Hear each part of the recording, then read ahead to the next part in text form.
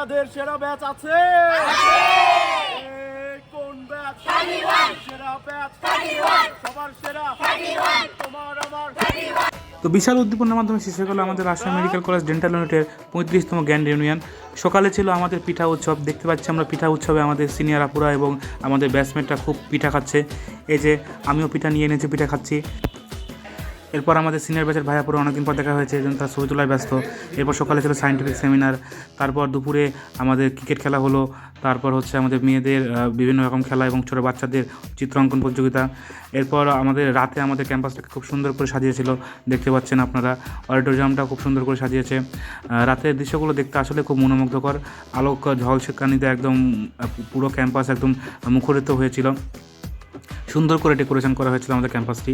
এরপর রাতে হচ্ছে আমাদের সব সিনিয়র ব্যাচের ভাইয়াপুরা অনেক দিন পর দেখা হয়েছে, এই জন্য তারা খোশ গল্পে ব্যস্ত এবং খুব আনন্দঘন পরিবেশে তৈরি করছে। আর এরা দিকে টানাটানি করছে কেন? এরপর আমরা অনেক মজা করলাম এবং আনন্দ করলাম। এই যে দীপা, তার দাঁত দেখাচ্ছে 32 পাটি দাঁত। এই যে আমাদের বন্ধু প্রান্ত। এরপর রাতে ছিল সাংস্কৃতিক সন্ধ্যা। সাংস্কৃতিক সন্ধ্যায় আমরা হেভি ওয়েট ডান্সাররা মিলে উড়াধুরা ডান্স দিলাম এবং আরও অনেক সাংস্কৃতিক সেগমেন্টের মাধ্যমে আমাদের প্রথম দিন শেষ হয়ে গেল। দ্বিতীয় দিনের শুরুতে আমরা আমাদের জ্যাকেট এবং মেয়েদের শাড়ি পরে আমরা র্যালিতে বের হয়েছিলাম এবং র্যালিটা ছিল আমাদের রাজশাহী মেডিকেল কলেজ থেকে Rajshahi medical college dental unit অবধি। এরপর আমাদের সেই সকালবেলা আমাদের দেখতে পাচ্ছি জুনিয়ররা খোশ গল্পে ব্যস্ত। এবং গতকালকের মতো আজকেও আমাদের বিভিন্ন ওষুধ কোম্পানি থেকে সকালে নাস্তার ব্যবস্থা করেছিল। নাস্তা ছিল জিলাপি, সিঙ্গারা এবং বিভিন্ন রকমের পিঠা।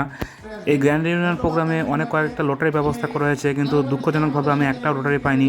তবে আমাদের ব্যাচমেটরা এবং আমাদের নিজের ব্যাচ থেকেই ফার্স্ট প্রাইজ পেয়েছিল আমাদের বান্ধবী শারমিন। খাওয়া দাওয়ার কথা বললে জম্পেশ খায়দা দিয়েছিল এই 2 দিন।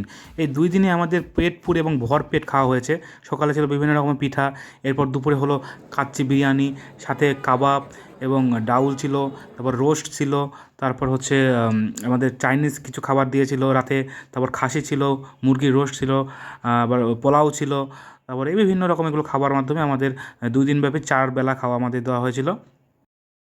রিউনিয়নের দিনগুলো খুব সুন্দরভাবে অতিবাহিত করা হলো, বন্ধুদের সাথে আড্ডা দেওয়া হলো, বিভিন্ন অ্যাক্টিভিটি করা হলো।